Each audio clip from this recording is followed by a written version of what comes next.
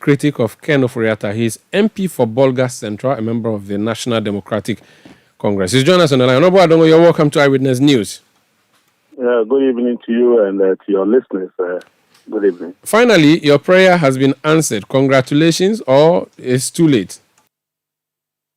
No, this is clearly window dressing. If you follow events and you watch critically what has happened, I do not doubt the competence and the abilities of Dr. Mohammed Amin. He was my former colleague on the finance committee, my senior at school. I have a very good respect for him, except to say that they've given him the job in one hand and taken it with the right, because now he is a minister, and they've appointed the very person that we're removing as the senior presidential advisor on the economy. What that simply means is that for Mohammed Amin to be able to get any policy through in cabinet or through executive approval of the president has to go and consult Ken Ofori-Atta. And so technically, it means that Mohammed Amin cannot do anything if Ken Ofori-Atta is not in agreement, because he would advise the president against it. Do you have this on authority, or is speculation? Yeah, well, you would get it in no cause. That is exactly what has happened. And I'm okay. So let me just read it. Let me just read it to put it in perspective for our listeners. So it's a story done by Obafos Asari on asasiradio.com. And we do know the ownership of Asasi Radio and the connection to government. The story is titled Ken Ofori-Atta Kwekwe Free to be appointed special envoys. And the story says the former finance minister, Ken Ofori-Atta, is to be appointed as a senior presidential advisor on the economy. He will also serve as the president's special envoy on international investment and the capital markets, according to Asasi news sources in the office of the president.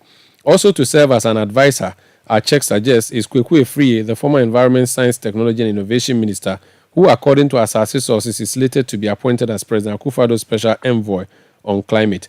Ofori-Atta this morning was relieved of his role as Minister for Finance, a position he held for 7 years. He leaves the Ministry of Finance with the enviable record of being the longest-serving finance minister in Ghana's Fourth Republic. Amin Adam, the current Minister of State, will take over. So that's the story I believe that you are referring to. Yeah, exactly. We picked this early in the morning that basically that was a compromise to allow him to step aside, but a compromise that gives him a lot more powers to influence the decisions of the president and the thinking of the president on the economy. But he's just going to be an advisor.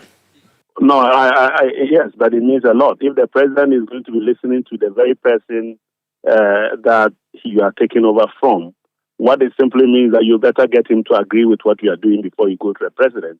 And especially the relationship is not just an ordinary person. This is a relationship born out of family. And so you would understand that Mohammed Amin Anta has a very difficult situation. Let me give you a simple scenario. So you have a coach who fails to qualify your team out of the group stages. Everybody says fire him if you want the Black Stars to be better. You remove him, appoint a head coach, and makes him the team manager. And a team manager have more powers than a coach. So basically what it simply means is that you are simply having that person manage the team and simply putting somebody there as a stooge who basically has no role. That is what is happening. But be it as it may, Omaru, economic management and turning the economy around is not an event. It takes a couple of months, if not a year. And so by the time Mohammed Amin Anta even gets to sit properly on that seat, we have ended the year. Don't forget that the budget is already agreed, and so he's not going to influence government policy that has already been agreed, that the funding has already been allocated, and all he's going to do is to manage what Ken Ofori-Atta wanted to happen. And so I just wonder what exactly we are going to improve. Listen, you don't bring on Lionel Messi and Cristiano Ronaldo when you are 10-0 down with 30 seconds to end the match.